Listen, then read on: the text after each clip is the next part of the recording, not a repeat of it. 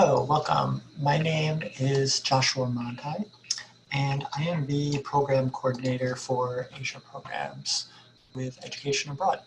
So today we are here to find out a little more about our programs on offer for Asia. So this presentation is for those who have already started exploring study abroad, and I want to stop right here and remind you that you will get the most out of this session if you've already watched the Explore General presentation. That should be linked in the event page where you found this session. And that general session reviews resources available to research things like program fit, including credit and funding. So please stop, take a minute and go watch that first if you have not, and then come back and continue this presentation. So to start, I want to take a minute and talk about some of the things you might gain from studying abroad in Asia.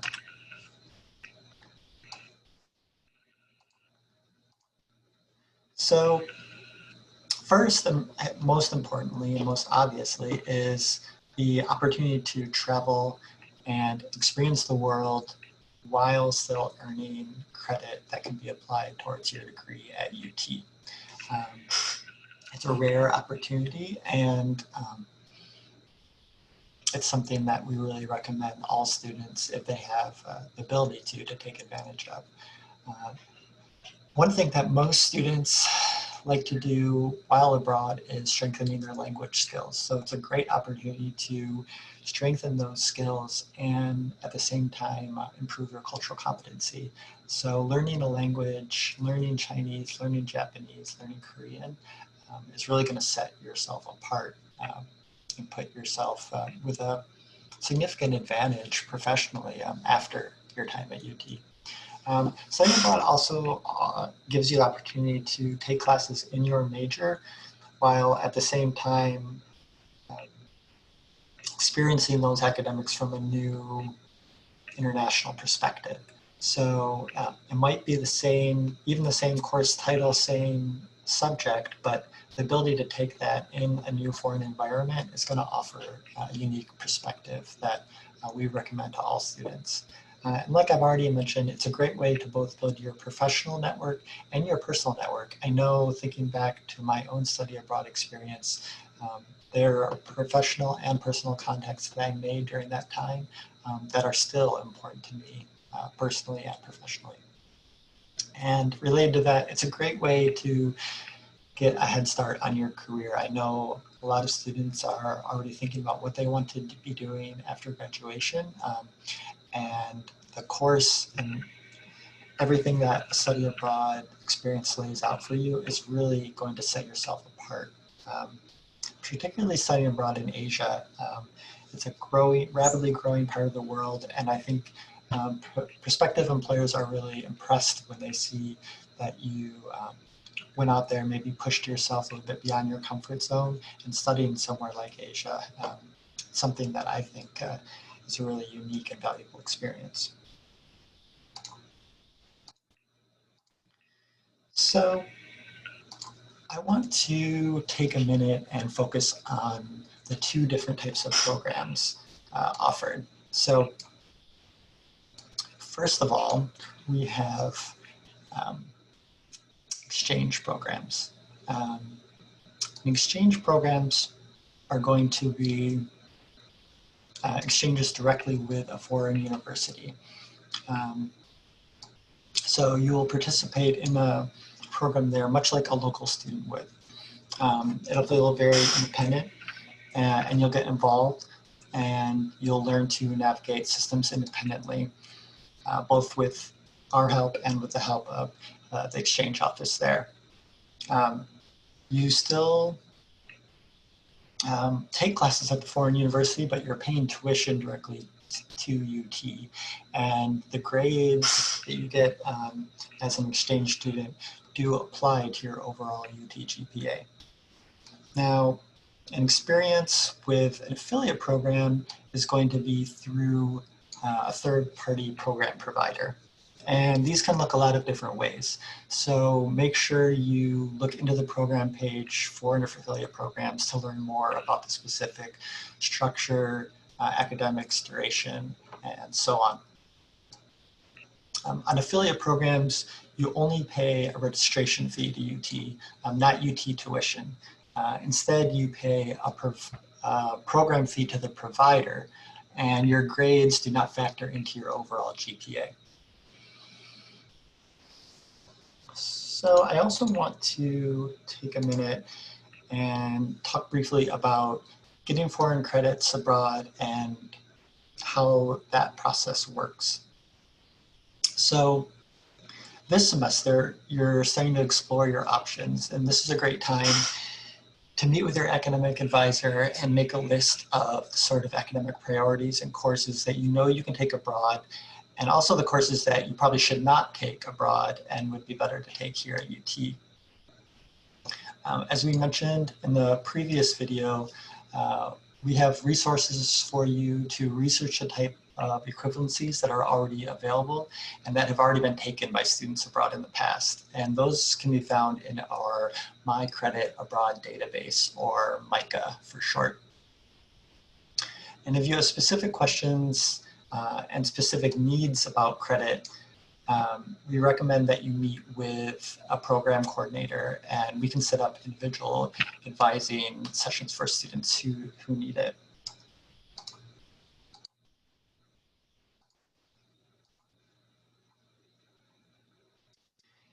So you'll have an opportunity to submit course equivalencies in advance, but a lot of times you'll only do that just prior to leaving or even upon arriving. Once you arrive, you'll finalize all of the courses that you have signed up for and get those evaluated so that when you return, it's very easy to submit your transcript, and based on the equivalencies that have already been done, we'll submit them to the registrar at UT, and those will post to your UT transcript. If you're thinking about the implications of this in terms of timing, please be mindful that it does take up to a long semester to ultimately post your credit. Sometimes that can have an impact on when you might want to study abroad. For example, if you want to study abroad your last semester, then you should know that your foreign transcript can take quite a bit of time to post. And if you need that credit to graduate, this could result in you having to graduate in absentia the semester after you've studied abroad. So it's important to keep that in mind. Because of that, a lot of students usually decide to study abroad up until the fall semester, or usually what would be the penultimate semester of their senior year.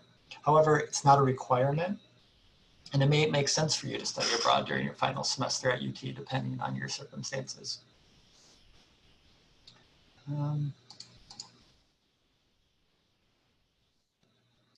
I also want to talk a bit about taking a language abroad.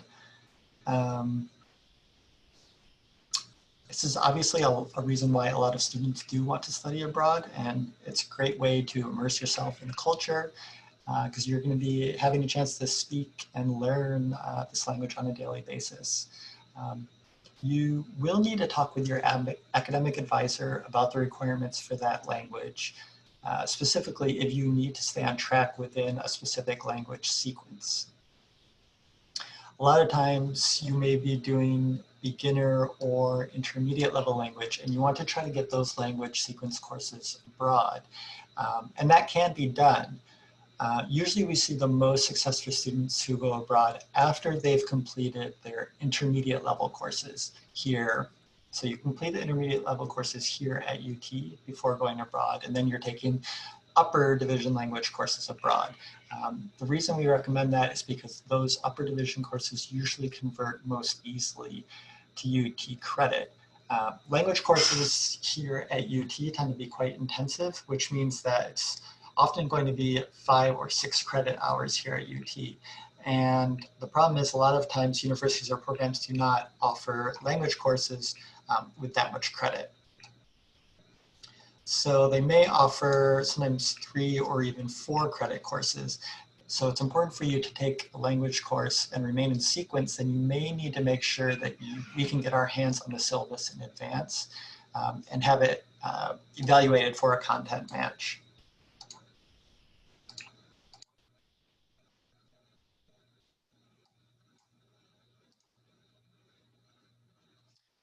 However, sometimes even if you do that, you still might need to take a language placement test after returning back to UT just to confirm that you have achieved the level that you're supposed to at the course by meeting a specific language sequence course. So we recommend that you check the requirements for your major, minor, and schedule the credit by exam or the placement exam upon your return to UT. And just make sure that you know that you should be looking into that.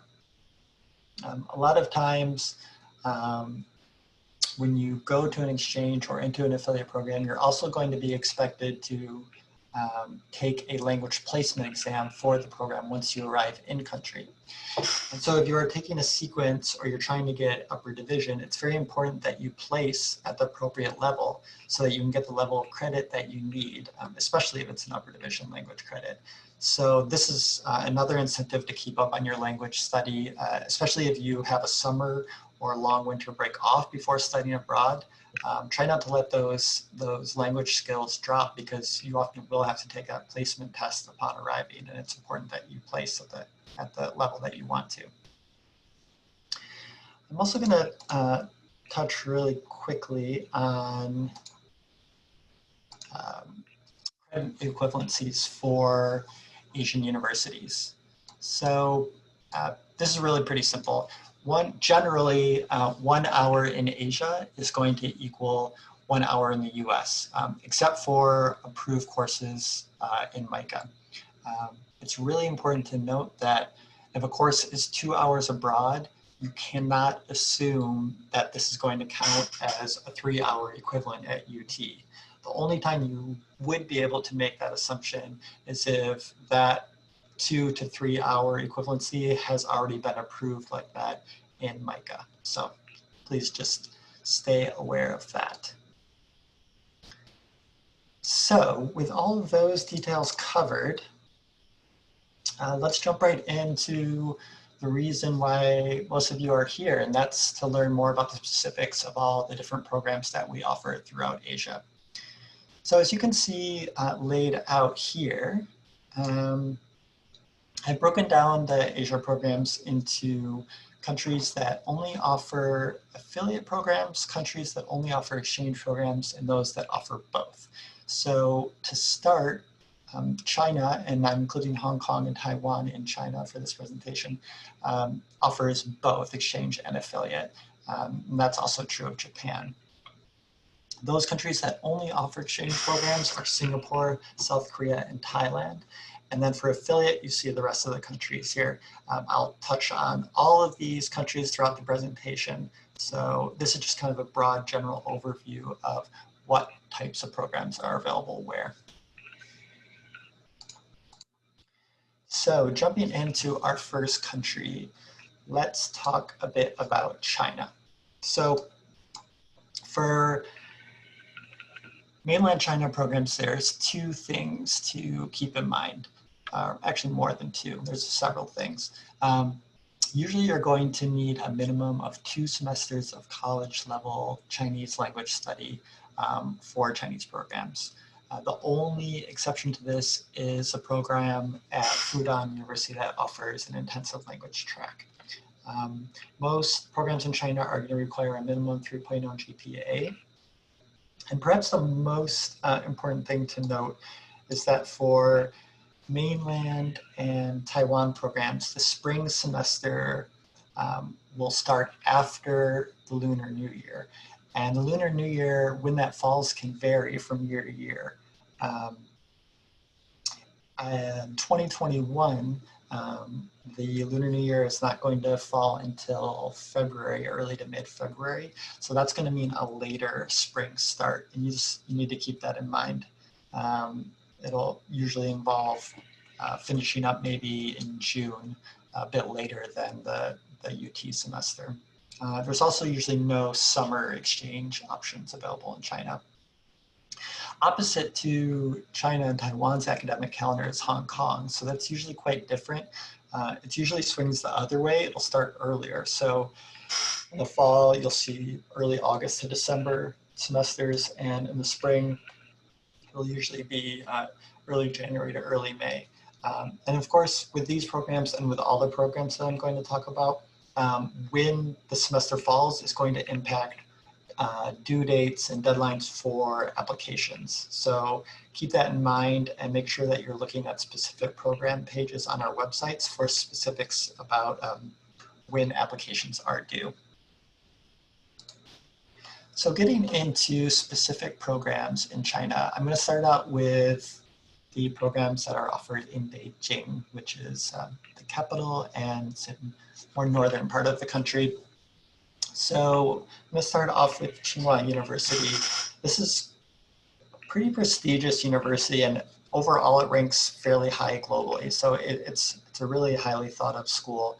It offers a really broad range of coursework, all the way from Asian studies to finance to government and engineering.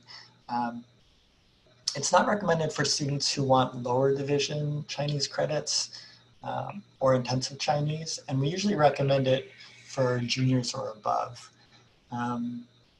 Like other schools in China, it's usually recommended that you have a GPA of 3.0 or above. And overall, I would say it's quite a competitive application. We usually have a lot of interest. The other program available in Beijing is an affiliate program through CET. And this program focuses on intensive language. It's available either over the summer or by semester. And it involves a language pledge, which for those of you who don't know, a language pledge you'll see on some programs, usually through affiliate programs, where you pledge, I believe at a minimum in your dorm room and in the classroom, to not speak English, like not a word. So it's an intense language experience, and it's people who really want to fast track their language experience. You should note, however, though, that no language is required. So this could be something that you want to learn Chinese, you haven't taken any courses at UT, this could still be open to you. You will have an opportunity to live with a Chinese roommate as part of this program. So that if that's something you're interested in, you might want to look into that program. Moving on to different part of the country, I'm going to talk about programs available in Shanghai. So we have one exchange program in Shanghai through Fudan University. This is also quite a prestigious school, quite high ranking. There's 2 tracks for general exchange, either area studies or intensive Chinese language. Similar to Tsinghua, we recommend it for juniors or above, and similar 3.0 GPA. Though this GPA can sometimes be flexible for Chinese language track students. The rest of our programs on offer in Shanghai are all affiliate programs. So we have 1 through CET, 1 through CIEE, and 1 through IFSA. Those are just abbreviations for all different affiliate providers that we work with. So starting out with CET Shanghai, this one has a required part-time internship for students.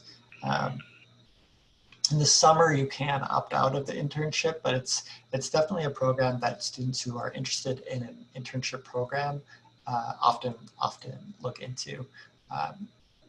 Like other schools in China, has a wide range of coursework available, and you will also be living with a Chinese roommate as part of this program. Moving on to the CIEE program, this is based at East China Normal University. There's no language requirement for this program, and there are 3 tracks available. These range from business and culture, accelerated Chinese, or China in a global context. Again, like all of these affiliate programs in Shanghai, you'd be living either with a Chinese roommate or in a homestay. So if you are interested in a homestay component to your study abroad experience, this could be an interesting program for you. I highly recommend homestays. I did a homestay as part of my abroad experience, and it was really one of the best parts of the program. So highly recommend it.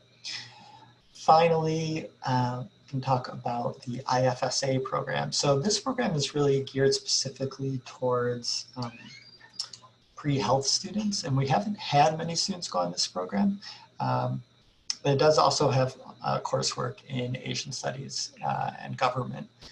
There's a required internship or research component for this program. You will be living with a roommate from the Shanghai University of Finance and Economics.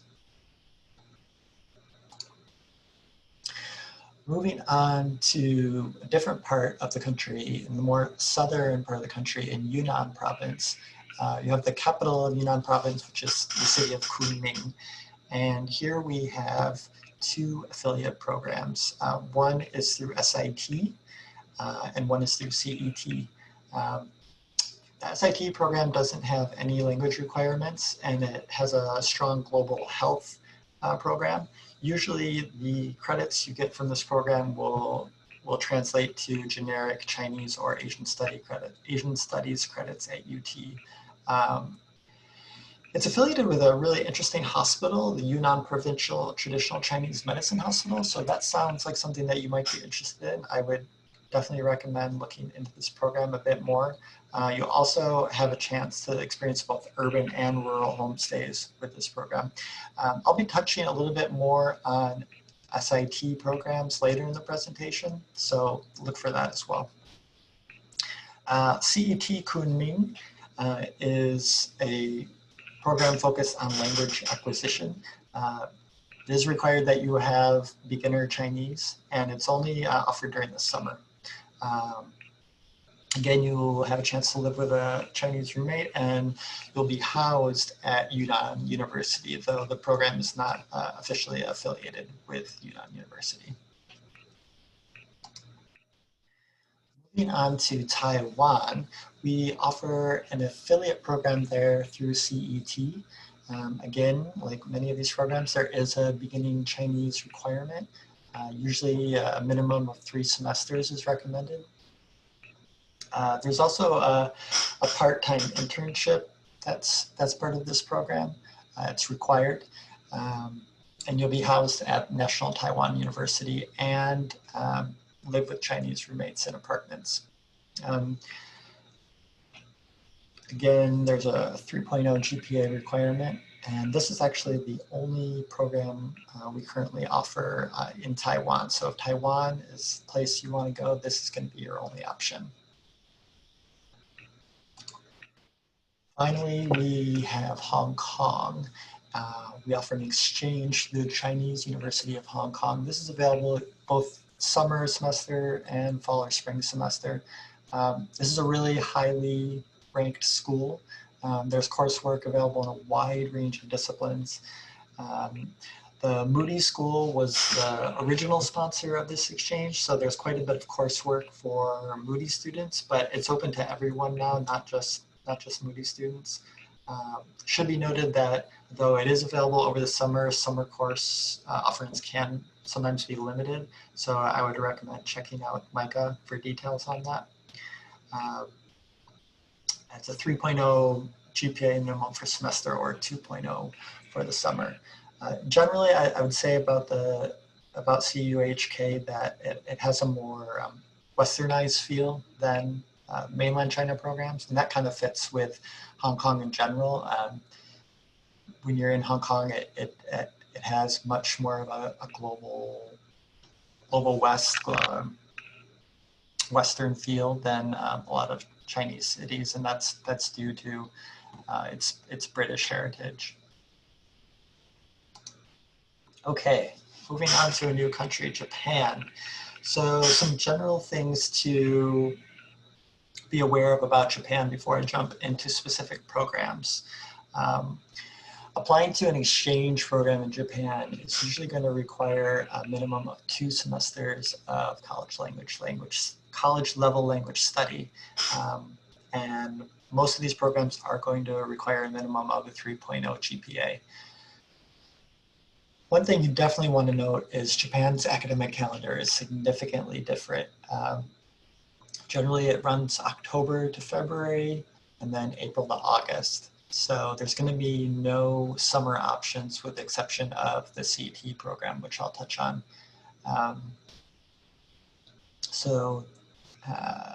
There's often usually an intensive secondary application for these schools. So you have the primary application that you do through UT, and then the exchange university itself will require an additional application. Those can often be quite detailed.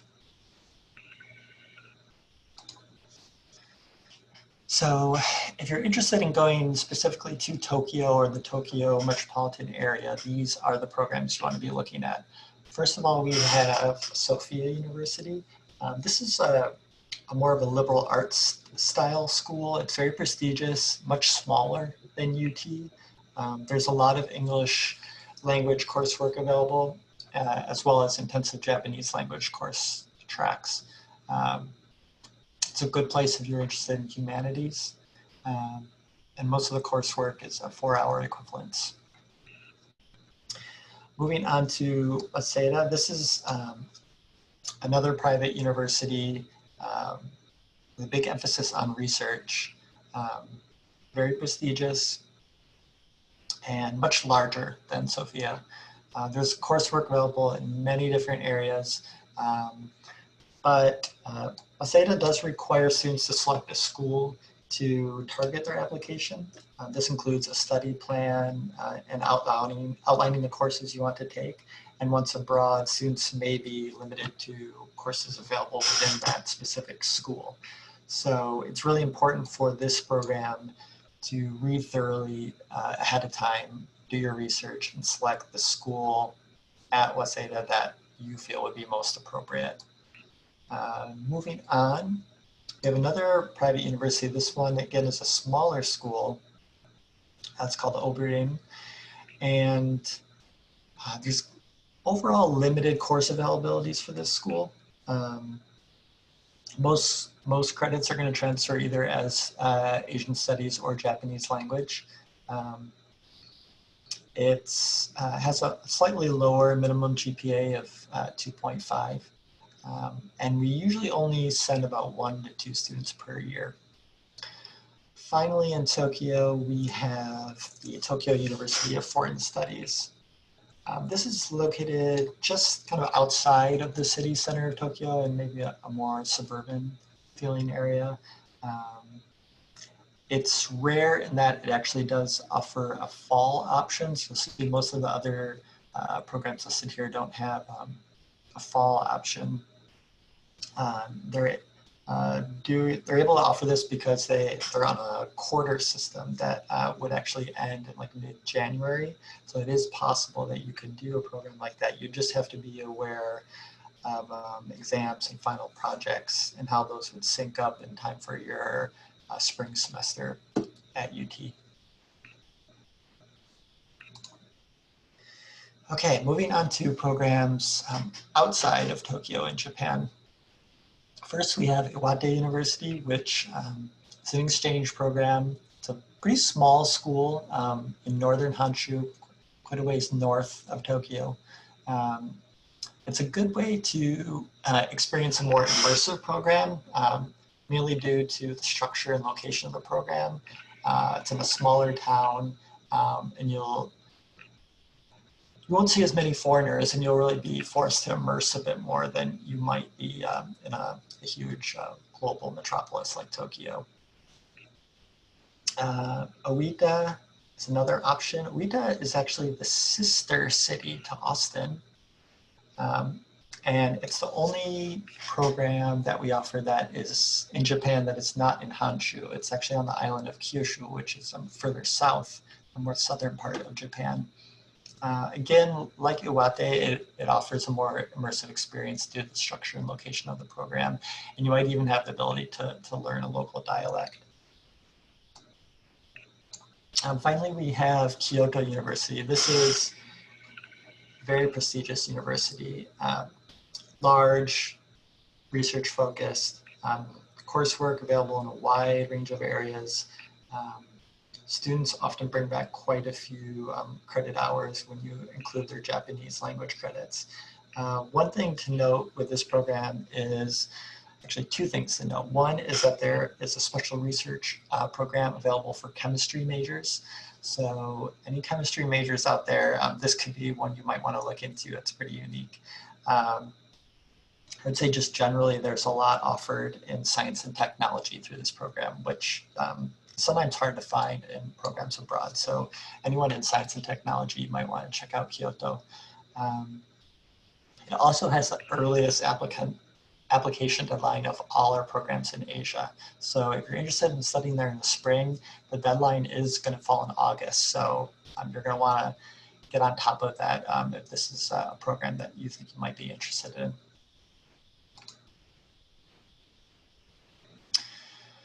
Other programs outside of Tokyo are these final two affiliate programs. One is CET Japan, that's located in Osaka through Osaka Gakuen University. It's a language-focused program offered either by summer or semester. The summer program is 9 weeks and offers 8 credit hours. It's a great chance to live with a Japanese roommate. That's not an option that a lot of the other Japanese programs have. So if that's something you're interested in, I'd look into CET Japan. There's also a requirement for 2 semesters of Japanese language if you're interested in the summer program. The final program I'm going to talk about in Japan is IES Nagoya. This is also a language acquisition focused program. You are going to be based at Nanzan University, and you'll have both homestay or dormitory options. So if you're interested in a Japanese homestay, this is a program to look into. Similar to CET, there's going to be 3.0 GPA requirement and 2 semesters of Japanese required. Okay, moving on to Singapore.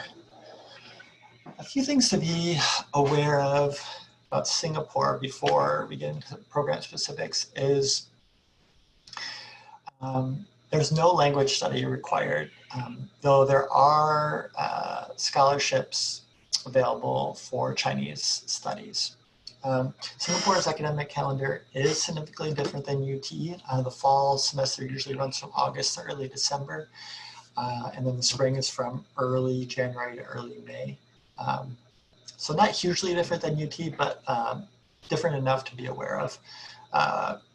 There's a minimum GPA of 3.0 required, and all programs are really academically intensive.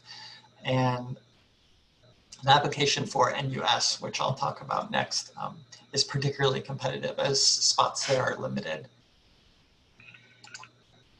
So the 2 programs on offer there are both exchange. They're both basically tied for being considered top 1 or 2 universities in Asia and in the top 10 to 15 overall globally. So these are really powerhouse schools. The most well-known one is going to be National University of Singapore. Again, there's no language requirement, and these are offered through semester exchanges only. NUS has something unique in their undergraduate research opportunities program for the sciences. So that's something that if you're interested, you might want to look into more detail for. And all courses are going to be 4-hour equivalents, though sometimes language courses could be more. Again, like I mentioned, this is a really competitive program. So usually we will not be able to accept everyone that applies to this program. So you want to have a very strong application if this is a school you're thinking about. NTU, or Nanyang Tech University, is the other option in Singapore. And to be honest, this is what I feel a really overlooked program. It's academically probably just as strong as NUS, but it just doesn't have the name recognition. Different than NUS in that it offers a summer exchange option. And for the summer exchange, you have to take at least 1 6-week course for eligibility. And coursework can be limited. You have to check MICA for details on that. Again, academically, it's right on par with NUS, and it's often overlooked. So if you definitely want to study in Singapore, don't forget to check out Nanyang Tech. It's a great way to be in Singapore and not have to be at NUS. Moving on to South Korea. Things to be reminded of for those who definitely, or at least thinking about studying in South Korea. Right off the top, those who are studying or want to apply to Seoul National University, there is going to be a requirement for a minimum of 2 semesters of college level language study. That's noted because the other programs on offer in South Korea do not have that language requirement. So only school requiring that 2 semesters of language is going to be Seoul National. Again, we have a different academic calendar. Particularly in spring, it's going to be a much later timeline. So spring semester will usually start late February, early March, and continue into late June. So something to be aware of. I don't want you to be fooled by the lower GPA minimums that you're going to see for these programs. Even though they may accept a lower GPA, the programs are generally still very academically intense, and we have had students struggle with academics at these schools in the past. So just because it has a lower GPA requirement does not mean that it's going to be an easy ride. A lot of these programs do have competitive applications too, because some schools have very limited spots. This is particularly true for Korea University and Yonsei University. So program specifics. Seoul National University, like I mentioned earlier, does have that beginner Korean requirement. It has a really wide range of coursework available. And I should say before I jump into any more detail, Seoul National, Korea University, and Yonsei University are all really highly thought of in terms of prestige, in terms of rankings throughout Korea. So all of those are kind of top of the top within the country. All of these programs are also going to have generally 2.5 GPA requirements, but again, I want to keep saying this. You want to take the academics at these schools seriously because they can be tough. Most of these schools also require 2 semesters at UT to be completed ahead of time. The only school I believe that does not require that is Hanyang. For Hanyang, you only have to have completed 1 semester of UT to be eligible. Other details I'd want to mention besides what you see here is for Hanyang University, this is a popular program for students who want to catch up on their Korean language credits. The program is quite intensive, but you can rack up a lot of credit hours through that Korean language track, and it's open to those who don't have any prior language study. So something to keep in mind if you're kind of decided late on in your experience at UT that studying Korean was something you wanted to do. Hanyang could be a great option to do the fast track for that language. Okay, moving on to Thailand. I should say that this is where I would study abroad if it was my choice. I'm slightly biased because it is where I actually studied abroad. So I think it's a really unique place, somewhere that a lot of people travel to as tourists, but very few get a chance to actually study there. I would definitely recommend to take a minute and consider it. There are some specific academic things that go along with the program that might rule some people out. But if you think it's something that could fit with your degree plan, I recommend you to consider it. It should be noted that there's no language study. All courses are going to be taught in English. And generally the academic calendar does align with UT. So the only program currently on offer there is an exchange program with Thammasat University. Thammasat is based in Bangkok, which is the capital of Thailand. It's one of the most prestigious schools in the country. It's a large public research university. The only sticking point with this program is it does have somewhat limited coursework available. All of the courses are going to be taught through the Faculty of Economics there. So it's going to be great for business or economic students. Might be difficult for students not in those programs, but I wouldn't rule it out. And if Thailand sounds like a country you might be interested in, but you're not in one of those degree plans, come and talk to me, and we can look at it if it might be an option for you. Housing is usually done through private university apartment complexes close to campus. And it has a 3.0 GPA requirement and sophomore standing. So that is Thailand. We used to have an affiliate option there, but it's recently gone away. So right now, this exchange program is our only option for Thailand. The final programs I'm going to talk about are all available through SIT. So SIT is an affiliate provider that has quite a detailed and specific model that's quite different than most of the other affiliate providers we work with. There's not one single model that all SIT programs have, but generally they will follow this rough flow charted out here. They're all centered around a really intensive immersion experience, and that immersion can take the form of homestays, emphasis on interaction with local experts, a lot of field study and language study. So it's a great way to have a very, I would say, very experiential experience in a country.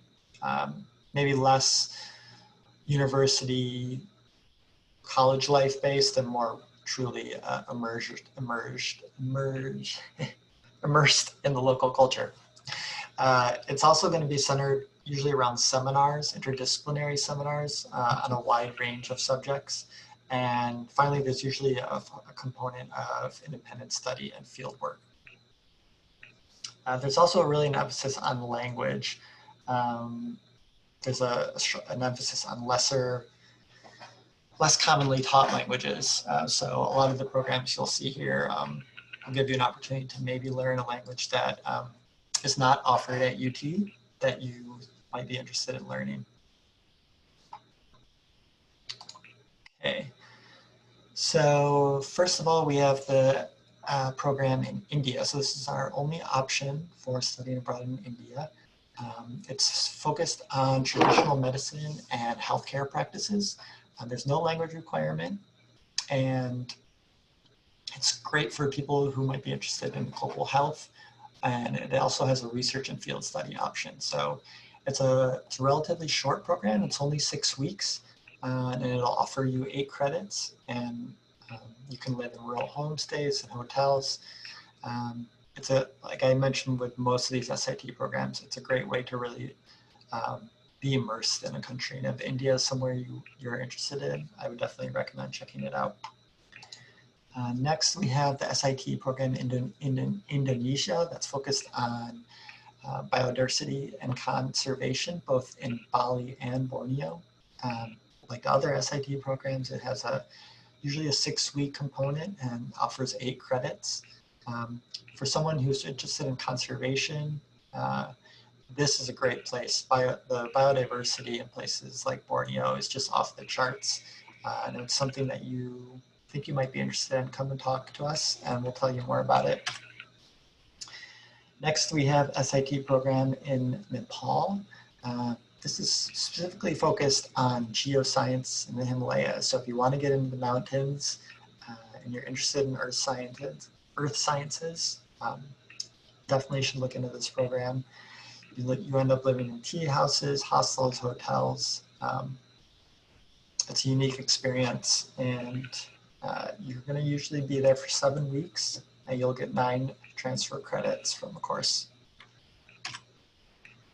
Finally, we have Vietnam, which has 1 SIT program and 1 other affiliate program, which is CET. I guess I'll start with the SIT program. It's focused on the work of non-governmental organizations in the country. So you'll have a program, an internship program where you are actually based with a Vietnamese NGO. Again, it's going to be that 6 to 7 week range, and you'll have an opportunity to live in unique accommodations, guest houses and hostels. And then lastly, we have CET Vietnam. This is also going to be based at least on a part-time internship. And it's going to be slightly longer, 9 weeks and 8 credits. If you're interested in Vietnam, I highly recommend it. It's one of the most interesting and rapidly growing countries in Asia. And it's really a dynamic place, so I recommend it.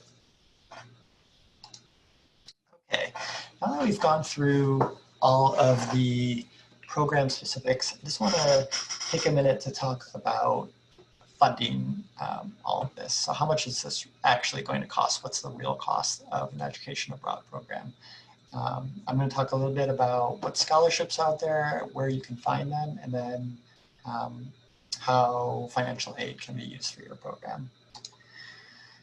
So determining the real cost. So you're going to want to think of cost in terms of all the things you see on the left here: application fee, tuition, books, housing, airfare, local transportation, passport, insurance, all of those. And even once all of those are added up, often the total cost of that will be less than the average cost for a semester here at UT. The example here, it looks you come out about $1,000 less for a semester at a very prestigious school at NUS, $1,000 less than what you would cost, than what you would pay for a semester at UT. So that often surprises people. I just want to emphasize that this really is attainable, and it's within reach for most students. Affiliate programs often are slightly more expensive. That's probably why our exchange programs in Asia are generally more popular than the affiliate programs. But if you think you could be able to swing it financially, we have a lot of great affiliate programs, and I'd recommend looking into those as well. So there's lots of money out there available for students who want to study abroad. I only listed a handful of them here, but I recommend that you take a look at our website, and we have a whole page dedicated to scholarships, and both UT scholarships and external scholarships. Lots of places you can look for extra funding. So I highly recommend that you spend some time, do some research into what's available, because there really is a lot out there. There's even stipends available specifically for internships in East and Southeast Asia. So your financial aid is transferable to your time abroad. This includes Pell Grants, loans, along with these other scholarships listed here. It's going to depend on your program. Some programs you might not be able to take all of your financial aid package with you, but some you will. So that's just going to take some additional research on your side. If you have any specific questions about financial aid and what will travel with you abroad, don't hesitate to contact us, and we'll go over what your options are. Okay, so as we start wrapping up here, I want to talk for a minute about what maybe your next steps are going to be in the process.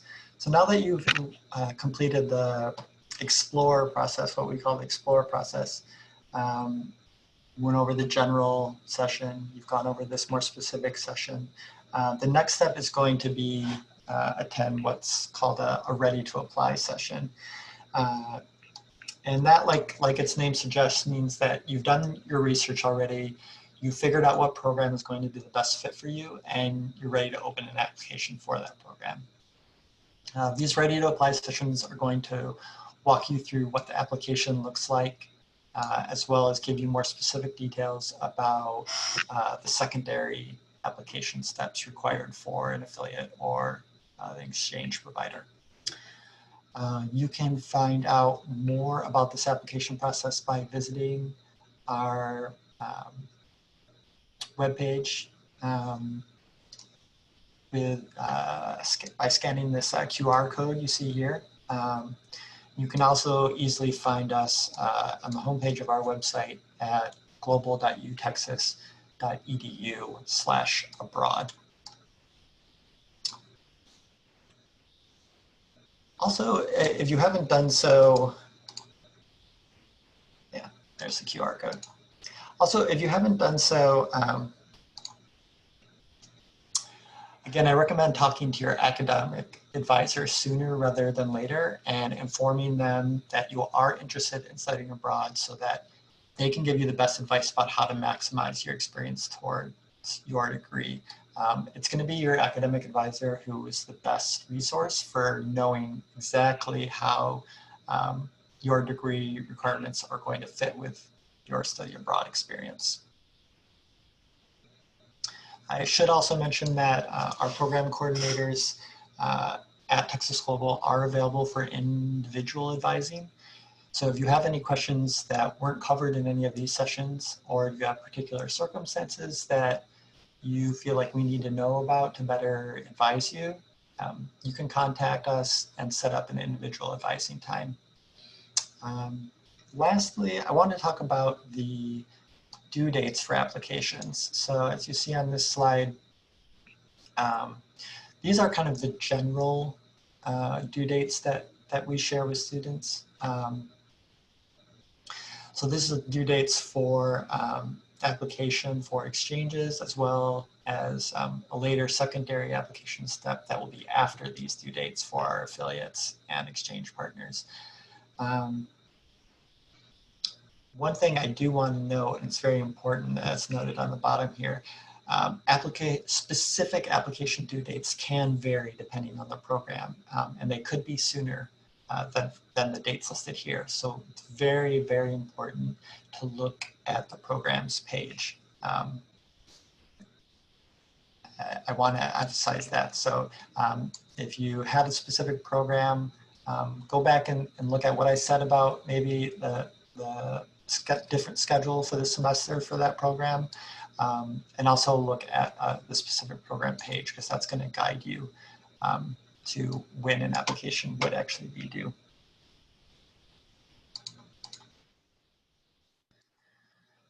So finally, for questions, I want to mention that we will be hosting weekly live question and answer sessions. So you can look for those on the events page on our webpage, and those will be listed with exact times and dates where there will be a live Zoom call. And if you have specific questions, there will be program coordinators like myself and others who are there to answer those specific questions. So look for those sessions. We will be holding those throughout the summer. With that, I'm going to wrap it. So thank you for your attention. Thank you for spending the last hour going through all these details. And I'm really excited that you're interested in studying abroad in Asia. And I'm looking forward to speaking with you soon. Thanks.